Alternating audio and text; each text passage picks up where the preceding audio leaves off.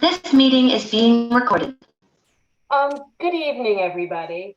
My name is Jill Zippin, and thank you so much for joining us for this Zoom to discuss the Biden anti-Semitism strategy. This event is sponsored by three different organizations: the Jewish Battleground Coalition, which is made up of Arizona, Texas, Florida, Georgia, Michigan, Ohio, North Carolina, Wisconsin, and Pennsylvania; Jewish Democratic Women for Action, which is soon to become Jewish Women for Joe; and JDCA, Jewish Democratic Council of America. Jewish Democratic Council of America is the only national Jewish democratic organization in the country with chapters all over the country. And DJOP is a proud affiliate of JDCA. So our guests tonight are Scott Lizensky and Amy Spitalnik.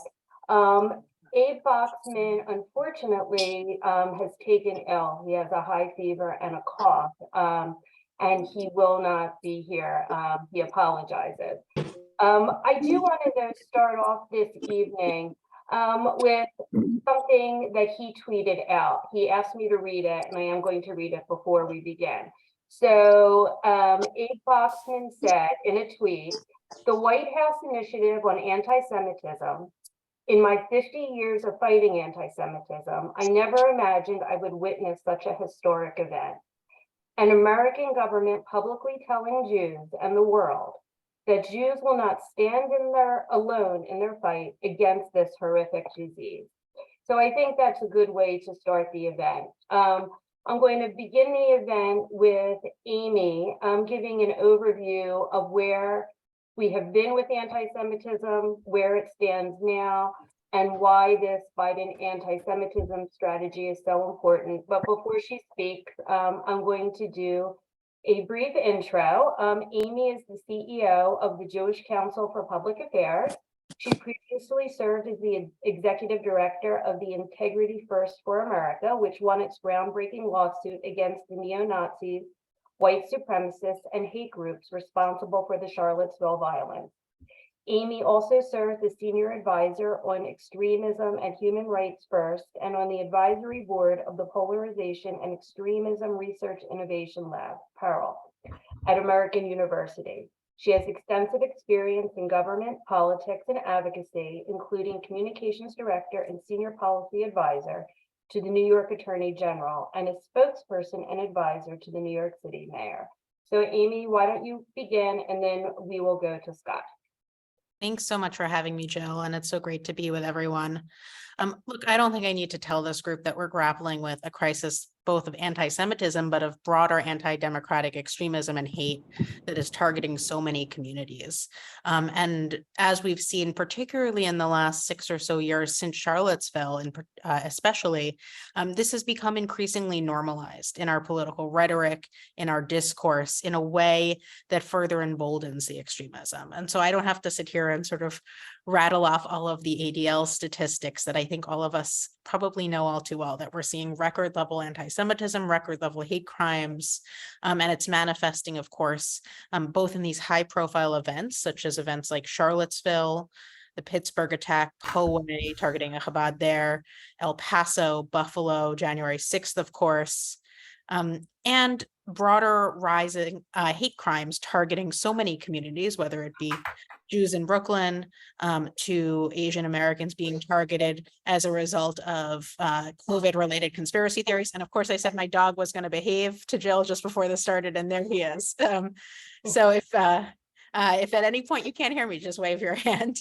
But what's important to understand is that this isn't just about those large-scale events. It's about the ways in which the violence that we see in those events is increasingly emboldened as the sort of rhetoric behind them is normalized in our politics and our society. And I'll say, even though this is a group of folks who identify in a specific partisan way, this should not and cannot be a partisan issue. I would say this very same thing to the Republican Jewish Council if they invited me to do a talk as well, which is that the way in which anti-Semitism has been normalized through our politics, through our rhetoric, through society in the last few years, in turn fuels this cycle of extremism that we see sort of on and on, with each attack inspiring the next one. But it's not all dire. As I think Abe Foxman so eloquently said in that tweet, the fact that the White House has so deliberately and expansively recognized this threat and said that they are not only going to do something about it, but they are going to undertake this enormous 6+ month effort in which they listen to over 1,000 people around the country, engage them through listening sessions and otherwise. And it resulted in a document that not only recognizes the dire threat of anti-Semitism, the different ways it manifests, both the unique ways in which anti-Semitism manifests and the ways in which it's directly interconnected with other forms of hate, but they then actually heard people, which I think is an extraordinary thing in terms of our government, and built out a 4-pillared strategy that really gets at the crux of what we all need to be doing, not simply government, but all of society, bringing in civil society partners, education, and so many others, including folks who are working on the ground to organize their communities, like so many of you are. And that includes everything from increasing awareness and understanding of anti-Semitism, and particularly the ways in which it's interconnected to our democracy and to other forms of hate, as we see conspiracy theories like the Great Replacement Theory, this idea of Jews orchestrating a stolen election, the replacement of white people in this country, that has fueled so many of these acts of violence and is increasingly espoused by elected officials. It is important to understand that how these anti-Semitic conspiracy theories directly fuel, of course, this broader anti-democratic extremism. But it doesn't stop there. It's also about improving the safety, the security of Jewish communities on the ground in different ways, whether it be through how we do threat assessment, whether it be through how we deal with security grants, and so much more. And the last 2 pillars of the strategy, I think, are the ones that are perhaps nearest and dearest to me. And I will say I was honored to be at the first roundtable at the White House in December when they kicked off planning for this effort. And I remember sitting there telling the fantastic team, which included Susan Rice and Deborah Lipstadt and so many others, that if we are not understanding how anti-Semitism has been normalized in our society, and that the way in which we confront it requires building the sort of cross-community solidarity that we know is necessary to keeping Jews and so many others safe, we won't be doing this right. And they heard that from me, they heard that from so many others who are doing the work on the ground, and to their deep credit, they listened. And the 3rd and the 4th pillars of the strategy focused on reversing the normalization of anti-Semitism and building the sort of cross-community solidarity we need that recognizes our safety, our fate is deeply interconnected with others, is just remarkable to see in terms of a document that comes out of the White House that so explicitly says what so many of us have been advocating for so long, in terms of this deep interconnection, in terms of the ways in which we need to better explain how the fight against anti-Semitism requires protecting and advancing a multiracial democracy in which all of us can be safe. And of course, building the community bridges we need to actually make that a reality. And so it's been so incredibly heartening to see this come out of the White House. This could have gone in so many different directions, to be fair. And the fact that it went this way with such a very clear vision that's rooted in these values and these fundamental ideas of community relations and solidarity that frankly have been at the core of JCPA's work for nearly 80 years is deeply heartening and important. Thank you, Amy. We will next hear from Scott Lozensky. I'm going to give you a brief bio too. Scott served as the Senior Policy Advisor on Israel, the Middle East, and Jewish Affairs in the Obama administration from 2011 to 17. He represented UN Ambassadors Susan Rice and Samantha J. Power in the interagency policymaking process. In Israel, he served with Ambassador Daniel Shapiro. He was a visiting fellow at the Israel Institute for National Security Studies, INSS, and previously a resident scholar and program leader at the U.S. Institute for Peace in Washington and the Council on Foreign Relations in New York. While at INSS, he wrote Washington and the New Battle Against Antisemitism, the Executive Branch, Congress, and the Role of National Authorities. He is senior advisor to an organization that is near and dear to his heart called Enter, whose mission is to impact the socialization process of young people by incorporating the idea of Jewish peoplehood into their lives through formal and informal education. He's also a professor at University of Maryland and has a PhD from Brandeis University. Take it away, Scott. You're very kind, Jill. It's actually the first time we're meeting, I think, face to face. Though you said before, yeah. Okay. Well, you said we were all partying at the White House around Hanukkah. I'll come back to that in just a minute. There's something very unique about the role that national political figures can play if they play it right. And this particular Irish Catholic president has a very special acumen for Jewish peoplehood. But let me come back to it in a minute. And even though I'm going to talk for a few minutes, I flipped through and I saw a bunch of people. I saw Laser Polnick there from Pittsburgh, who's like family. And I actually saw a cousin of mine. He's there somewhere, Gene Richards. So hello to everybody far and wide. I want to say a few words about the background to the national strategy, a few words about the how the national strategy was put together, at least my perspective from the outside looking in, and then something about peoplehood and about positive identity. For people who follow, first on background, President Biden has a long history and track record of speaking out on this. This is already starting to sound a little bit political. I don't intend it to sound political. On questions of anti-Semitism, on Holocaust commemoration, and on the broader agenda. I'm glad that Amy reminded me on questions of democratic values. In fact, if you had to pick, let's say, 3 global priorities of his presidency so far, top 3 for sure would be, if not perhaps number 1, would be defending democratic values and combating the trend of illiberalism that is sweeping the world. Even in personal ways, took his grandchildren to Dachau. Segue to a second point. I mean, you want to go right to this presidency and the campaign that preceded it?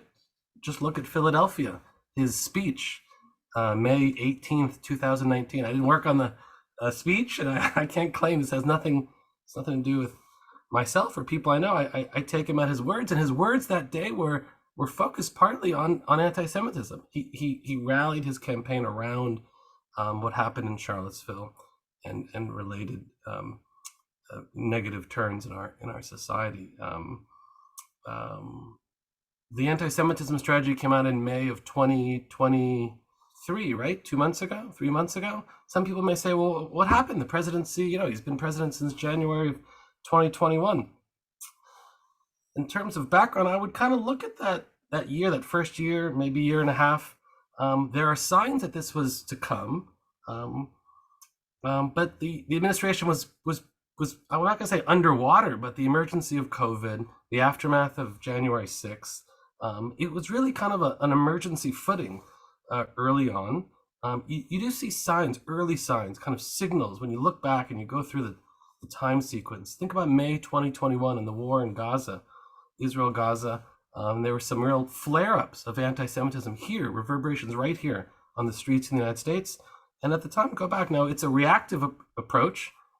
We'll get to the proactive in a minute that comes with this national strategy, but read the president's statement around the time and also listen and read to see how Jewish community groups responded. Impressive and I think very, very unique. Fourth and finally, last piece of background, when you look at this document, you read it and you watch all the actions that are being taken to implement it, I think it's impossible to forget or to ignore that the question of anti-Semitism has been deeply politicized in recent years. The study that Jill mentioned that I published at the INSS last year, February of 2022, talks about this.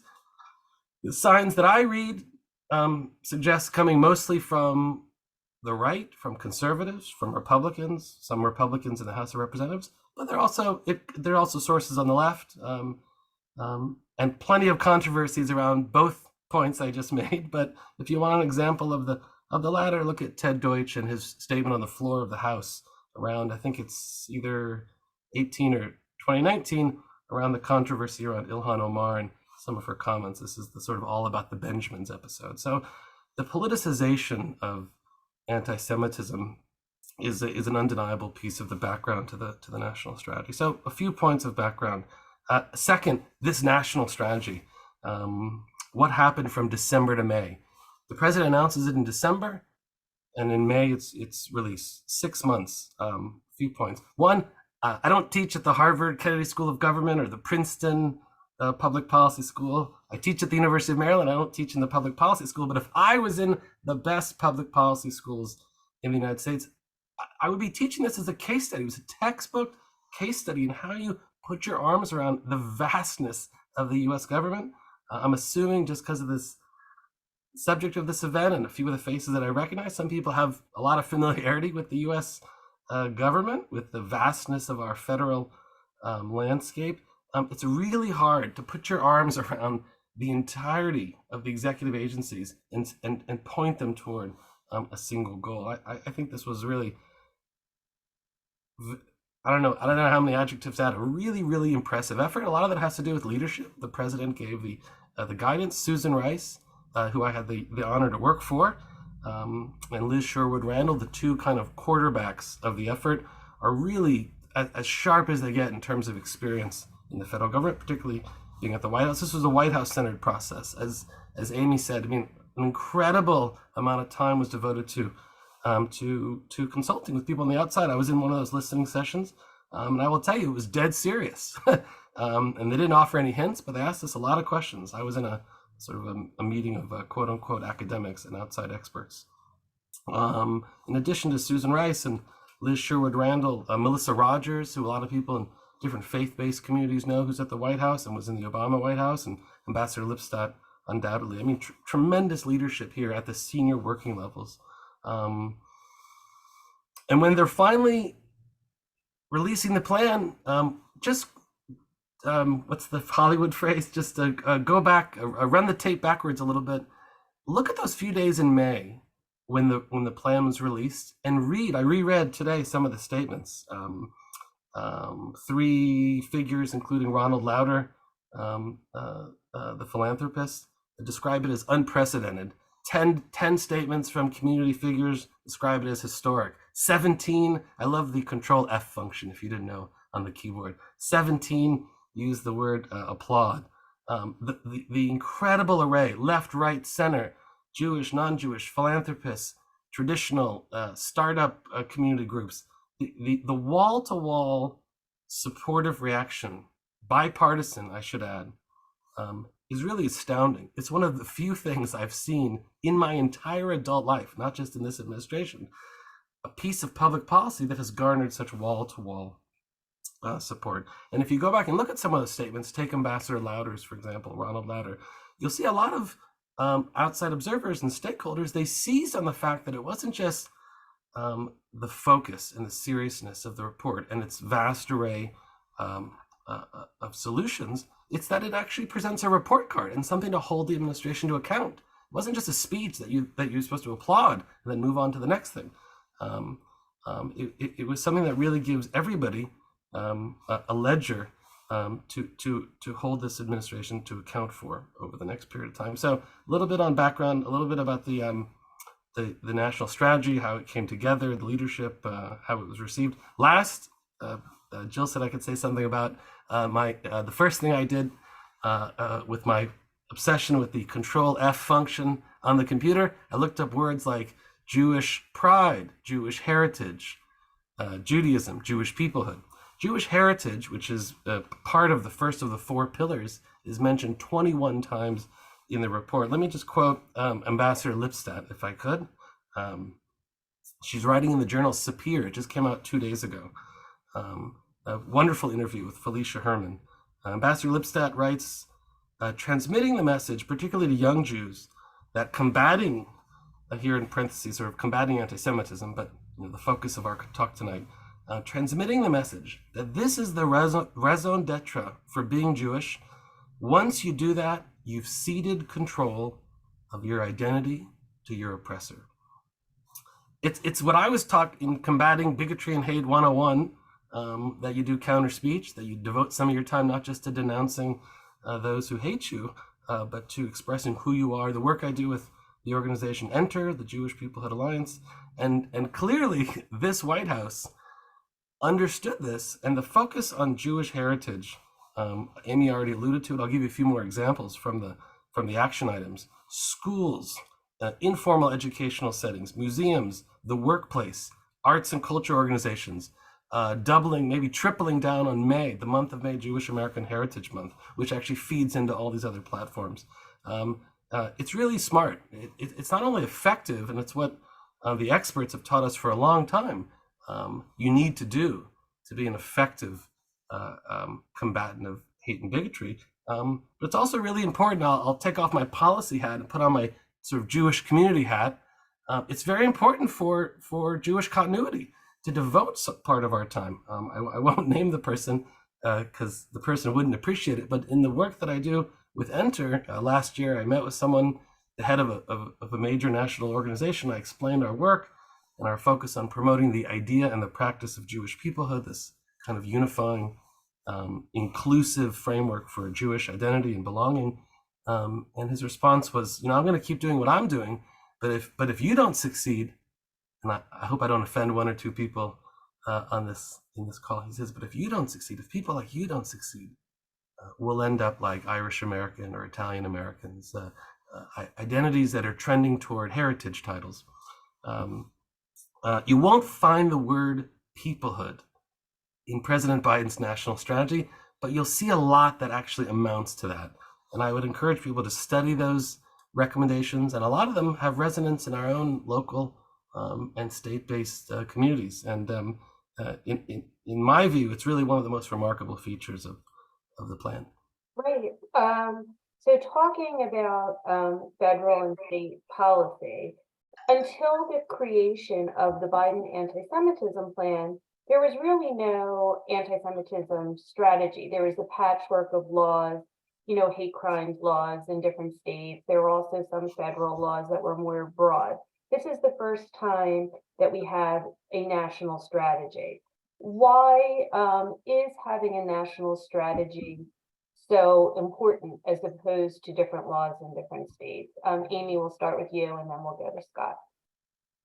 Look, I think first and foremost, this sends a very clear signal. So at a time when we've seen anti-Semitism become so mainstreamed in a variety of ways, when we hear it from people who hold elected office, when we hear it on primetime television, these conspiracy theories that are deeply rooted in anti-Semitic tropes and ideas, it's so important that the highest office in the land send a clear message that this is not only a priority, but that Jews are intended to feel safe in this country, that the White House is going to do whatever is possible to make sure the Jewish community is not only welcomed here, but is safe at a time when so many of us are not feeling safe.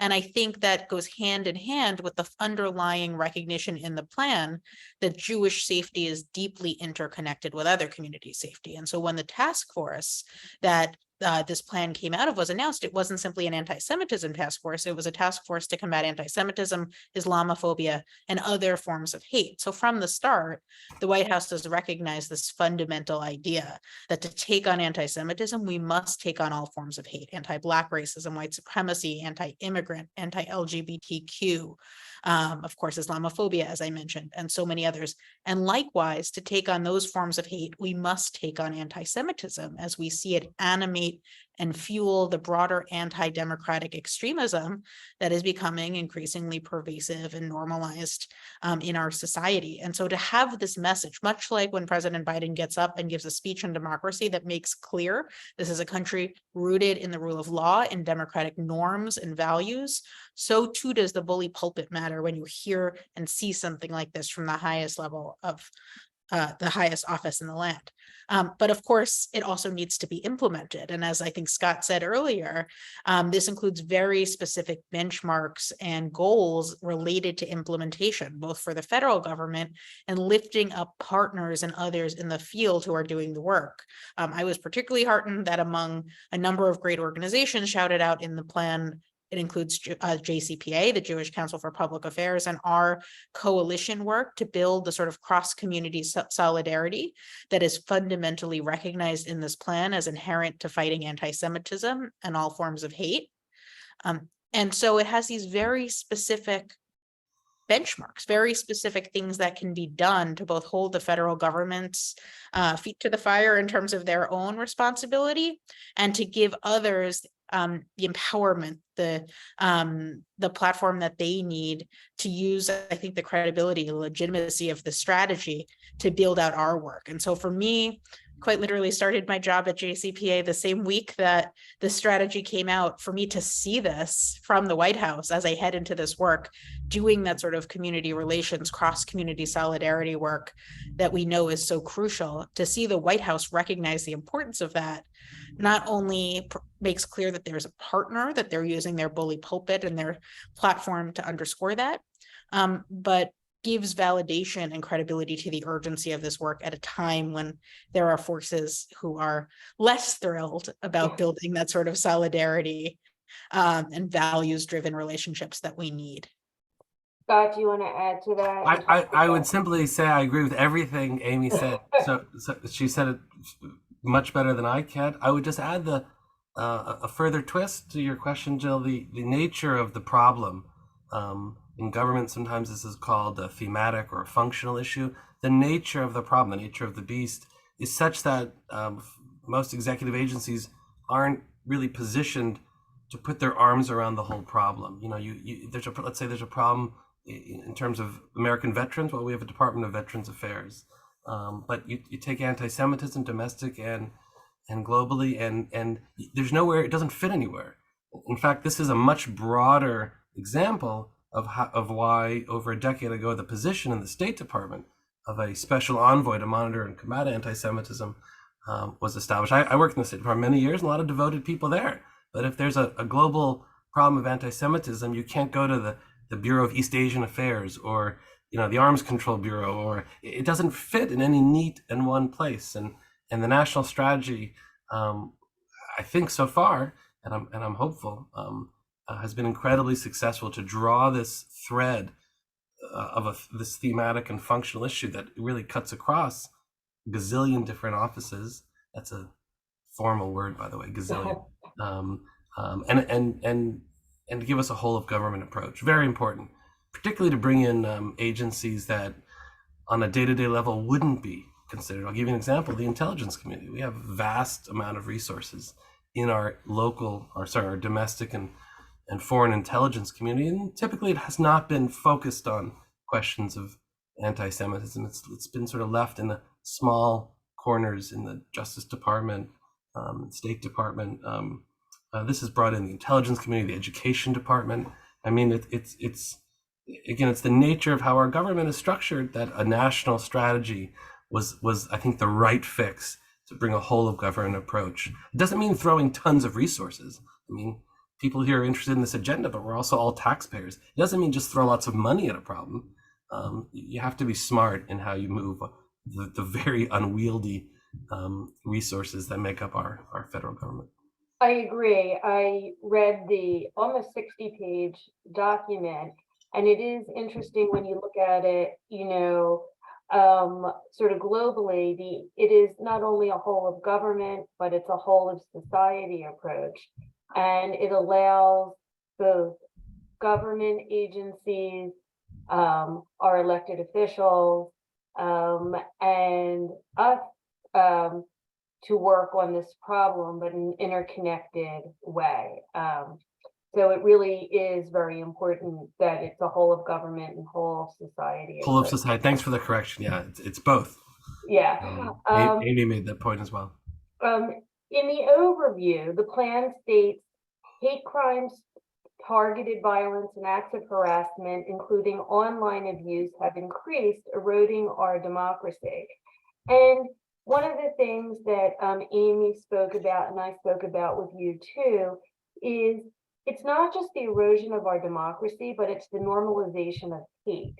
If you think about, even 10 years ago, social media and news stories and what we see on the news, there's just a rise in more coarse speech and in hate. Amy, could you talk about this normalization and what we can do about it? Absolutely. Well, look, one of the things that was so meaningful for me is that President Biden in his opening letter in this plan actually talks about Charlottesville. I'm sure we've all heard him talk about it being one of the major impetuses for his run for president in 2020. And the way in which it really, I think, pulled the Band-Aid off in terms of this festering extremism, this violence, this hate that is rooted in, of course, not just anti-Semitism, but other forms of bigotry.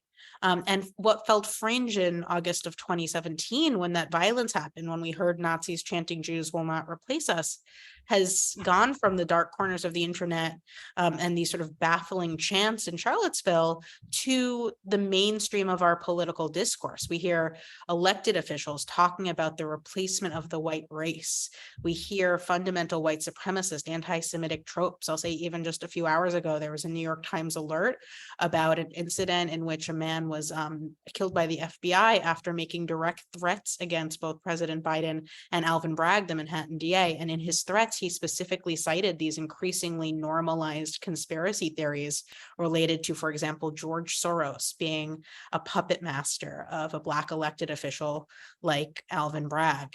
And so when we hear this rhetoric promoted on social media, promoted from elected officials, promoted on primetime news, it seeps into the mainstream of our country's consciousness, and it emboldens and enables these extremists who then act in a very direct, violent way. And we've seen this through this cycle of violence, from Charlottesville to Pittsburgh to Poway to El Paso to Buffalo, and of course, January 6th. And certainly, it's been a noteworthy few weeks when it comes to telling the story of what actually happened on January 6th and how this normalization of extremism has directly motivated people to action. And so how we combat it is precisely what we were just talking about, this whole of society approach. And so I think, it's probably funny coming from me because I spent a lot of my time suing neo-Nazis in my prior capacity. And I'm very proud that we did that.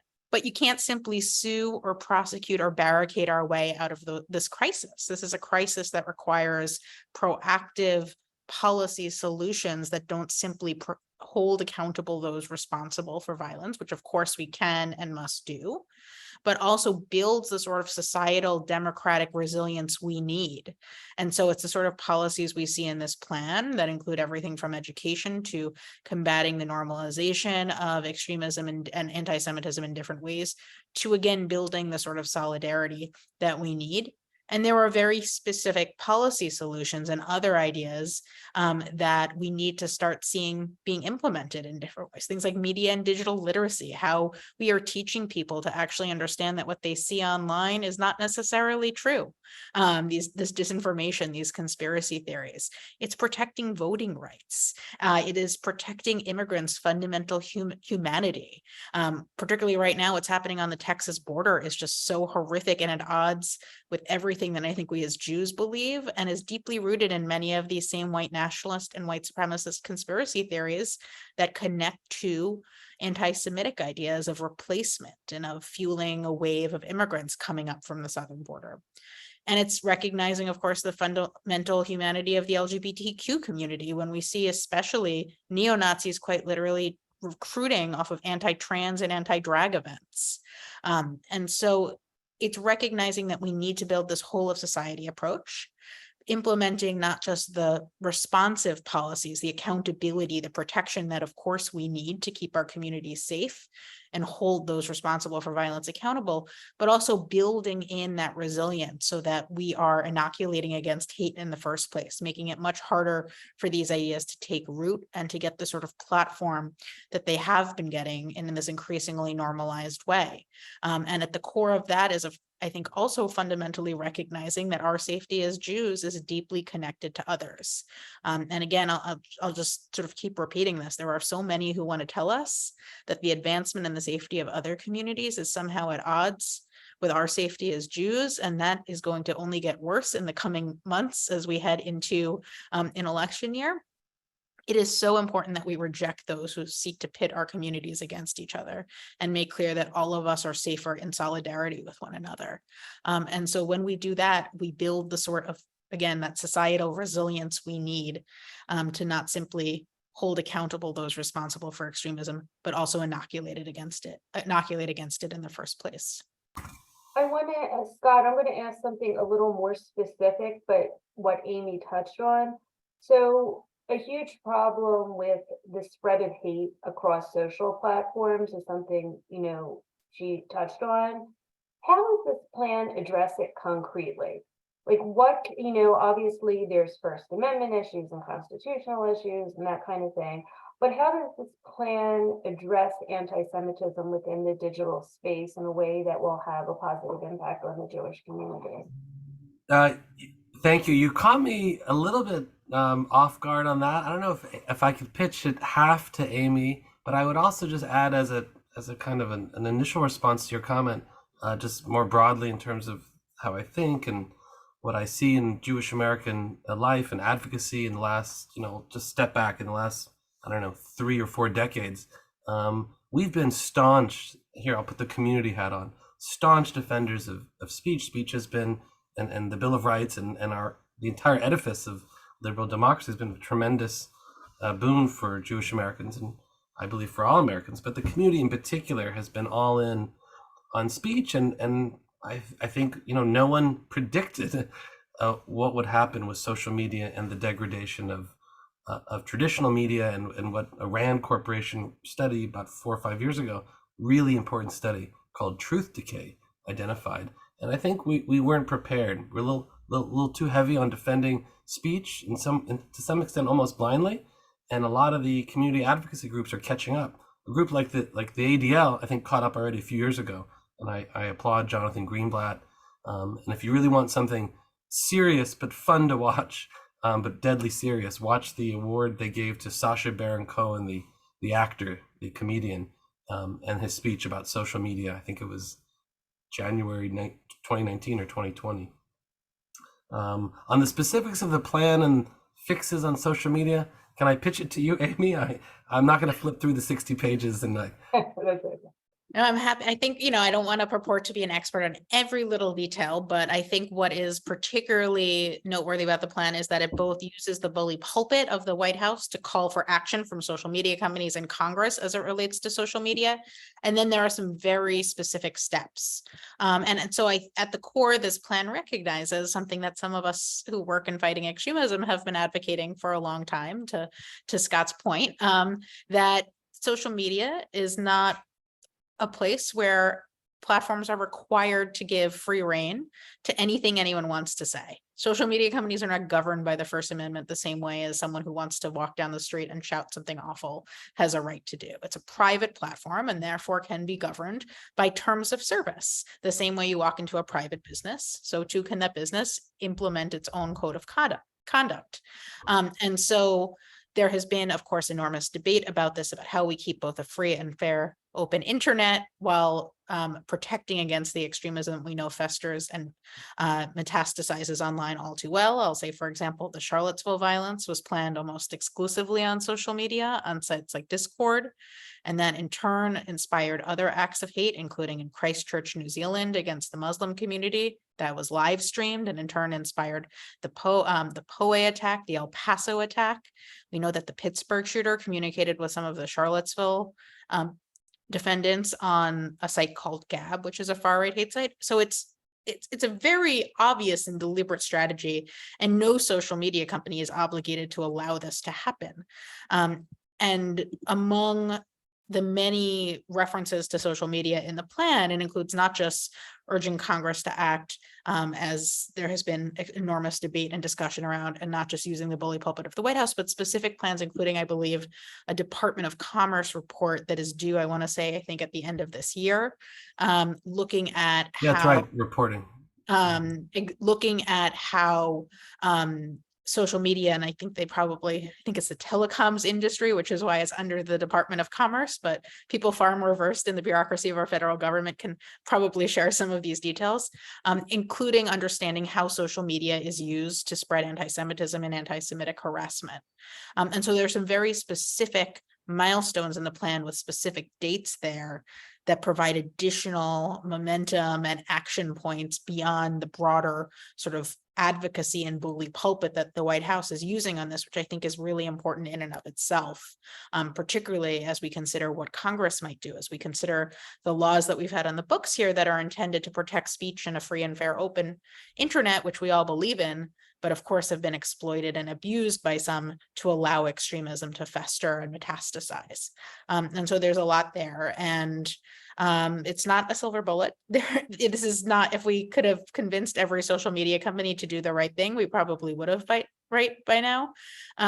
But this does provide some very specific steps that I think will further keep the pressure on in a way that is deeply important right now. The reporting, I'll just add, if I could, to what Amy said, the reporting requirement on the social media issue is there's much broader recommendations in the plan about reporting writ large. Our federal government does incredible data work on, if anybody is, we can all kind of geek out on census data or Bureau of Labor Statistics. Or, I mean, there's just, you could spend the rest of this life and dozens of more lives just going through. There are areas where there are gaps, and anti-Semitism is an area where there's very weak federal reporting, and it's been kind of a dirty little secret for a long time, and something the ADL and some other groups have been, quietly really just hammering away at the federal government. Even the FBI statistics, which are only, I think, around a decade old, on incidents, basic incident reporting, really very weak. So something as mundane as reporting, not just on social media, but more broadly, I think is hugely important. I mean, how do you, if you're going to the doctor and you have cancer, you don't know exactly where the cancer is, or you're assessing another problem and you don't know exactly where we need basic data. So I think that's something, one of the probably the least sexy pieces of this national strategy, but one of the most important that could leave a lasting impact on the federal government. Who within the federal government will oversee and coordinate these initiatives, track their progress, see that benchmarks are met? I see there's a question in the chat too. Is, how is it specifically going to be implemented, which ties into who's going to oversee the implementation? Do you want to start with that, Scott, and then we can move? I'll just say, I mean, one thing, I the longer I'm out of government, I get nostalgic. The traumas and the stress and the open wounds fade a little bit more. So I'll say with less trauma and more with more smiles. My recollection of being part of some interagency processes, particularly those that had lots of top level interest. I mean, you had the president and all the principals, including the spouse of the vice president, deeply engaged in putting this together. One of the risks in such an effort is that after the policy is rolled out, the life of the federal government, particularly in Washington, when you're in the headquarters of executive agencies, it's nothing if not relentless. The pace is such that once the principals step out of the issue and you get to implementation, that the vastness of the agencies and the bureaucracy start to kind of point their attention elsewhere. So in my view, a regular check-in from principals, but a little more frequent supervision from deputies, what we call the deputies committee, the deputy secretaries of state and their designates, undersecretaries, having that kind of, not quite the very top, but having a relatively senior level sort of check-in driven by the White House will be absolutely critical. I certainly would not, I don't have the chutzpah to suggest that they put this plan on the table in May and attention will go elsewhere. But Ambassador Rice left the government, I think, about a week later. There's a lot of burning issues right now, and it's just the nature of these processes. So having that senior level attention, keeping it White House centered, and by all indications, we're going in that direction. And there's a very unique added. You'll think I'm in like the Deborah Lipstadt, fan club here, but this issue does have one person in the government at an ambassadorial level, something that the Congress decided on with bipartisan support just at the very end, before President Biden came to office. And her role, any occupant in that role, now a little bit more elevated, has a unique bureaucratic position to kind of keep a pretty high a spotlight, to keep some Klieg lights on the issue, even on the day-to-day level when it's kind of left to the working level. So, in summary, keeping it White House focus, keeping principals, checking in every now and again, some attention from deputies. And I would just say we're lucky to have someone like Ambassador Lipstadt in that role at the State Department. Do you want to add to that, Amy?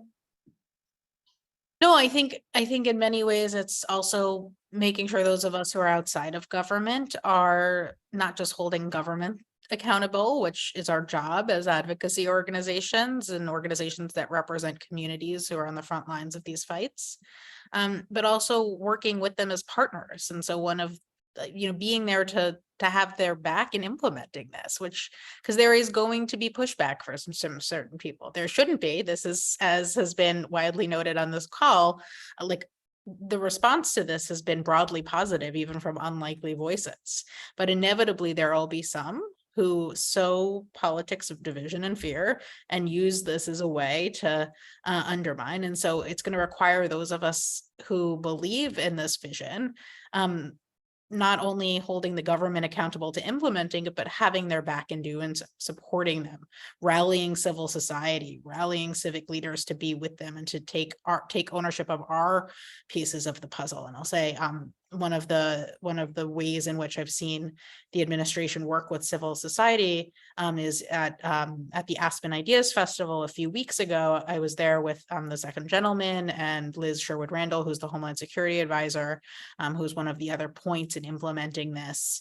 And they specifically brought together civil society leaders to hear from them about the plan, but even more so empower those leaders to be out there mobilizing around these plans, bringing their resources, their communities, their infrastructure to bear in implementing this. And I'll say at JCPA, for example, we are specifically ready to do that in terms of the coalitions we're building across communities to build out the specific fourth pillar of the strategy on cross-community solidarity. We're building out 2 coalitions focused on combating hate, discrimination, and extremism across different communities and protecting and advancing democracy. And those are at the core of the vision articulated in the strategy. And it's something that we can do in the NGO and civil society space that advances the plan, shows our support for the plan, and further enables, while again, keeping the pressure on the government to make sure they're living up to their end of the bargain.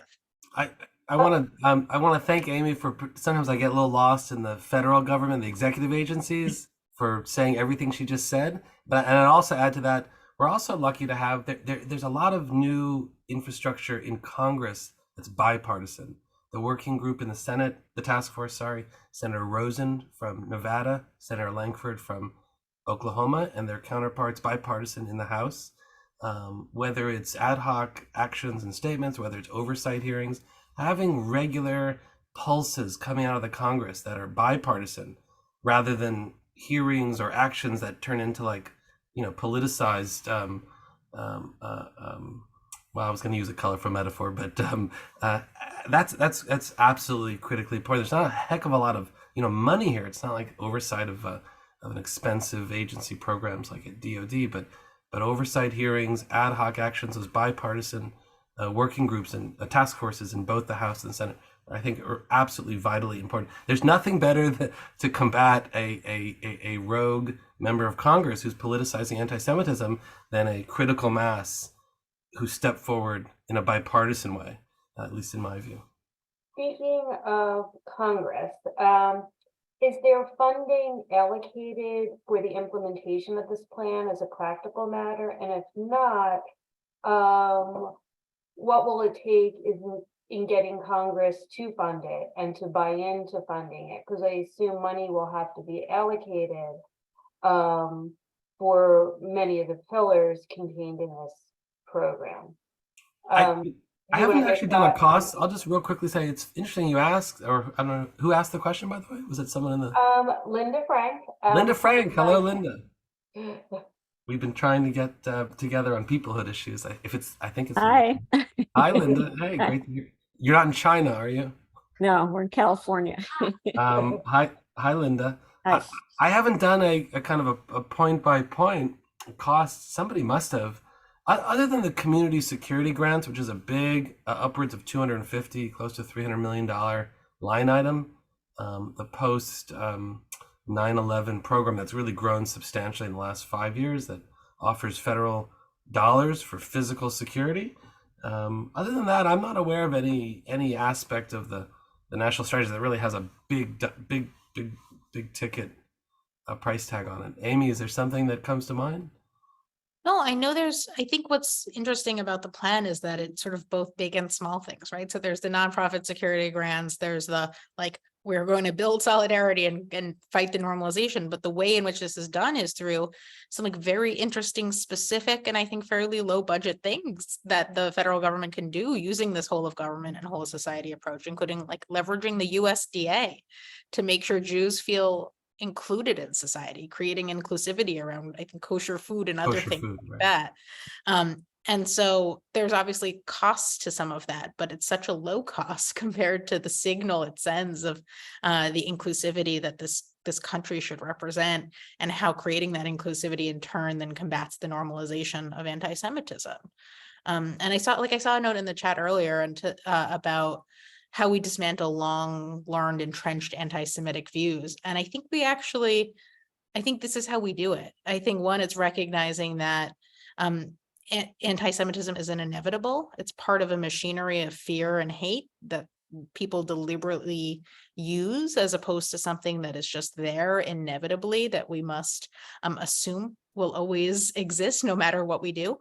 And it is not easy to fight, of course. We have been fighting this for millennia. But the idea that that this is somehow inevitable versus something that can actually be confronted if we understand the ways in which anti-Semitism is used as a tool of fear and hate to spread that sort of extremism that we've been talking about, I think makes it feel a little bit less intractable.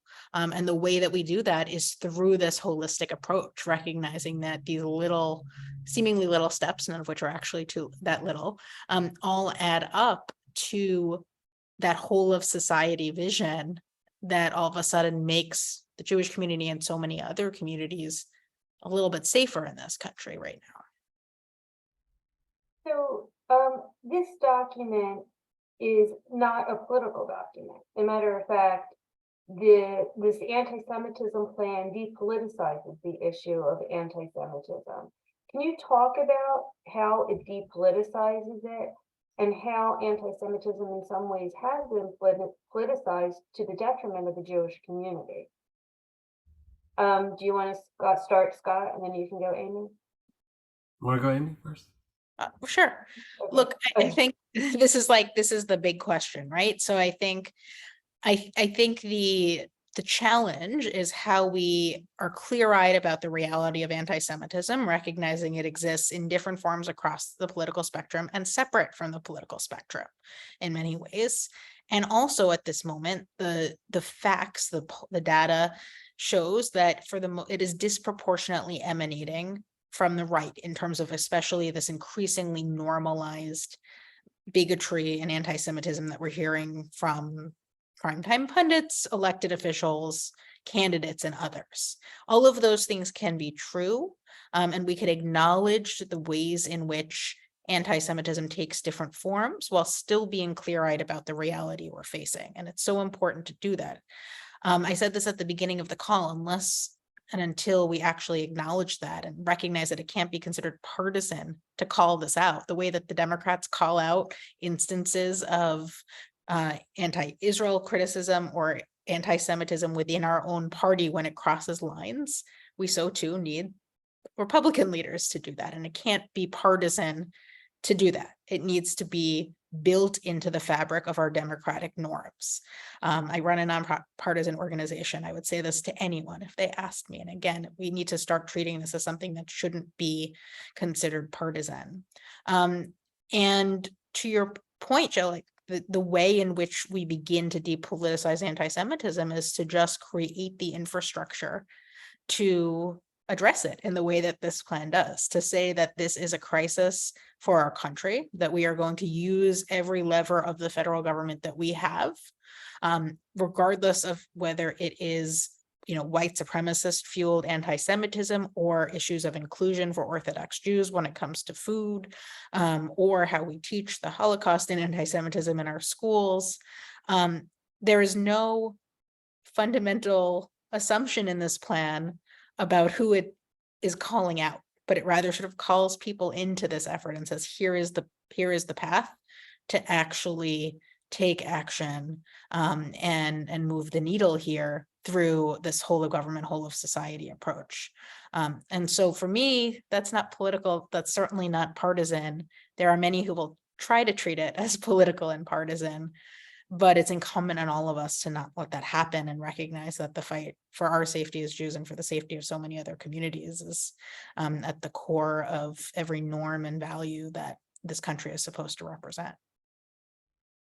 This document is really a positive document. Anti-Semitism is a negative thing, but when you read these 60 pages, going to what Scott said at the beginning, where the word heritage is used 21 times, it talks about the arts, the sciences, sports, the media, in not a negative way, but in actually a very positive way. Scott, can you speak about the positivity of this document? Yeah, I mean, if people don't mind, I'll take you down into a single tiny incident, but an issue that I think captures Jill's question better than anything else. In the interview I cited a few minutes ago that Deborah Lipstadt gave, and it's in the current issue of Sapir Journal. It's a new journal published by the Maimonides Fund. She talks about the importance of being an equal opportunity, I don't remember the phrase exactly, but like a equal opportunity combatant against anti-Semitism and trying to avoid whataboutism, she called it, and calling it out wherever anti-Semitism is coming from. She gave several examples. One was on a trip to Israel last summer, around this time in the summer, she was in Israel when half a dozen or 8 or 9, I forget how many exactly, Jewish American families had their sons and daughters at the Kotel, at the Western Wall, at the egalitarian prayer space, and there was I won't call it a kerfuffle, but there was a group of ultra-Orthodox Israelis who came in and somewhat violently disrupted those ceremonies. She was in Israel at the time, and she called it out. She said in one of the tweets, Twitter, for all of its problems, and it has a lot of problems, it's an incredibly quick way to get out a message. She had a tweet, probably one of the most widely read tweets of her tenure in government, saying in any other country, this would have been called anti-Semitism. Now, the story doesn't end there. With Deborah Lipstadt, who, by the way, is a deeply observant and identified Jewish person and a scholar, but in her government capacity, calling out something immediately, as other Israeli leaders did as well. She didn't just call that out in a tweet that got a little bit less coverage, but go and look it up, or I'll send it to Jill and she can spread it around. She took some time out of a visit to Nevada a few weeks later, and what did she do? She met one of the families, and she met one of the children whose the bar mitzvah was totally upended. The father happens to be on the board of ADL. The mother happens to work at AIPAC. They're deeply engaged. Their rabbi was with them at the time. I mean, it was really, from a personal and community perspective, it was really kind of a disaster. And she turned the whole thing into something really very beautiful and very positive. I think that one little incident, it's a world filled with countless instances and anti-Semitic events, but there's one interesting case study about religious intolerance in Israel, where one U.S. official, I think, in her own actions, was quick and clever enough to capture both the need to speak out and condemn when necessary, but also to kind of focus on the positive as well. My own 2 cents, I think it'd be a wonderful idea of this or any other Israeli government or a foundation. I'd love to see those families all get a subsidized trip back to Israel, and let them have a I know there's some golfers on this call. I don't know what it's called, a mulligan or a A do-over. mulligan. It's called a Is it a mulligan. You mulligan? get a redo. A redo. Yeah, that would be a great a redo. You can't always have that in life, but So we're running short on time. I'm going to just ask one last question, which I think is sort of the most important question. What can we do as individuals in our communities to amplify this historic plan and to, do we expand interfaith partnerships? What role do our synagogues play? What role do our JCRC plays? Because as a whole of society approach, we have buy-in too. And it's not just upon the government, but upon us to amplify this plan to all our individual communities. And there are people on the Zoom everywhere from Arizona to Pennsylvania to Texas to Michigan to Wisconsin. So how do we do that? Amy and then Scott. Well, look, I think first and foremost, it's not letting those who want to make us feel powerless win. The goal of anti-Semites, the goal of extremists, the goal of those who use fear and division is to make us feel like there's nothing we can do. And this plan sends a very deliberate message that there are actually many concrete things we can do, that the government can do, that we as individuals and as people who lead community organizations can do.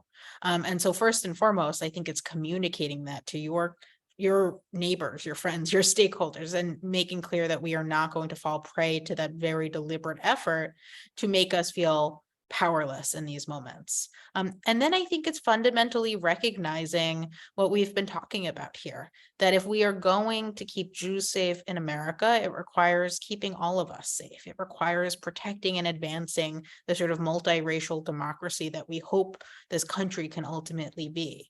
And so it's not simply about protecting the Jewish community in every technical and traditional sense of the word, while that is, of course, deeply important.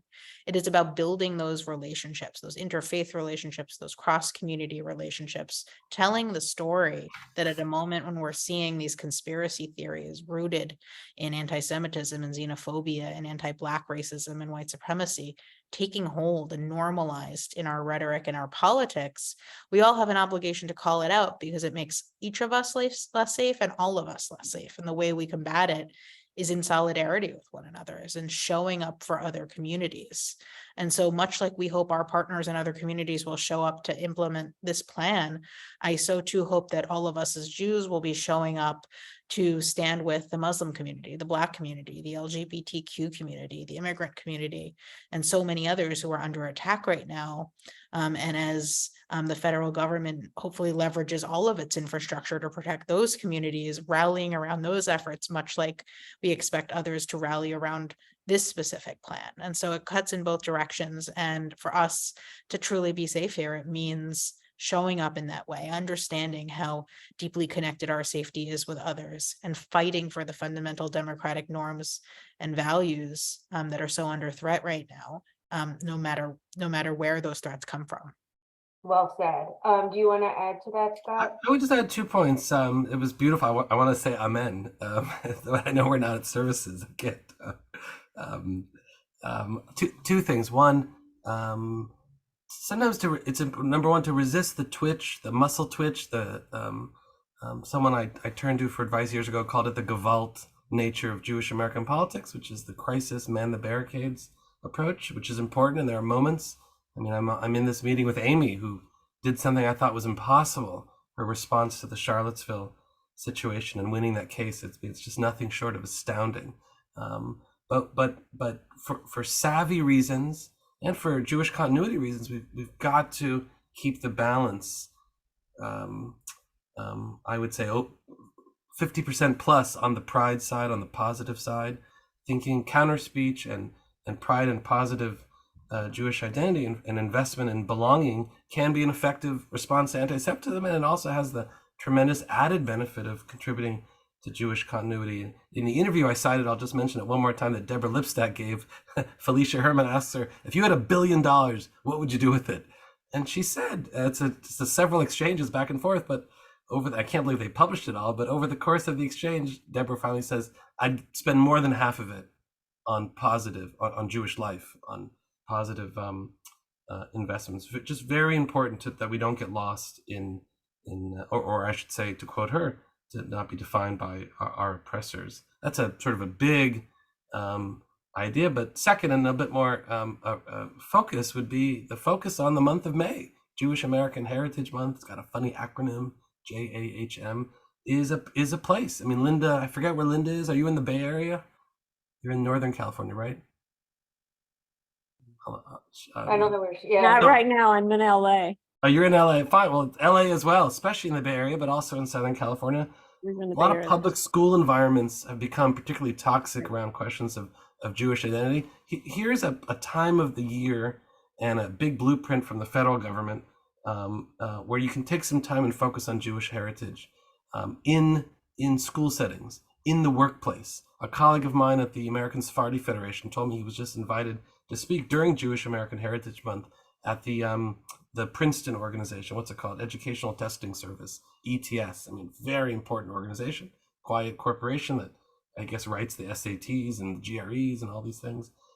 There's an interesting and a very productive wedge now to kind of get into these conversations in the workplace, in school settings, in places where most people, including my children, if you're going to encounter difficult, uncomfortable problems right in front of you, face to face, that's where you're encountering them. It's not it's not being handled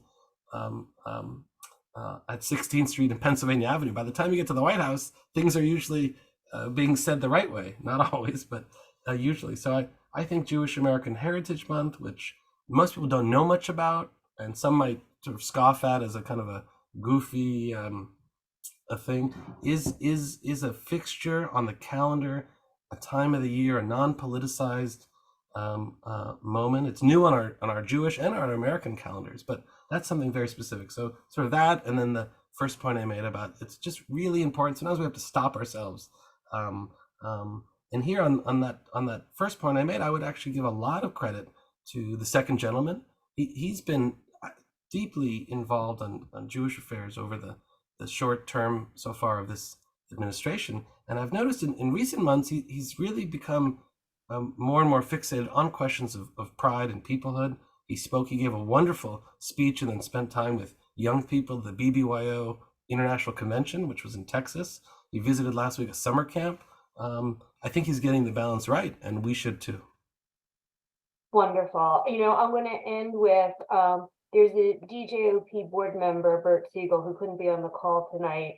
And one of the things he said to us is if we stop wearing our kippas and we stop wearing, I'm wearing my Jewish star necklace, and stop putting Hanukkah menorahs in the window, they win. And Jewish pride and feeling positively about us, the old joke, they try to kill us, then we eat. But there's more to Judaism than that. There's the beauty and the joy and the light of who we are. And that is one way to neutralize anti-Semitism as well. I want to thank everyone for being on this Zoom tonight in August and the summer. I know there's lots of things you could do, so thank you for being here tonight. I want to thank Amy and Scott and Abe in absentia. I hope he's feeling better. But thank you so much. Thanks to all the sponsoring organizations. And if you want to rewatch this, it will be up on the DJOP YouTube channel, hopefully by tomorrow morning. So thank you very much again. And let's go out there and carry out the positive things that are contained in this anti-Semitism document. And if you get a chance, read it. Thank you very much and good evening, everybody. Thank you. Can we hang Thank out you for a minute, so Jill? much. Are we going to have a Yeah, post I event? can stay on. I'll stay on while everybody else leaves. That's fine. Got to schmooze a little bit. No, that's fine. Are we allowed? Yeah. We'll wait. I don't want to obligate Amy. We'll let all the guests leave. I might jump because, as you might have heard during the call, we had both a dog and a baby. Going a little this is crazy. Dave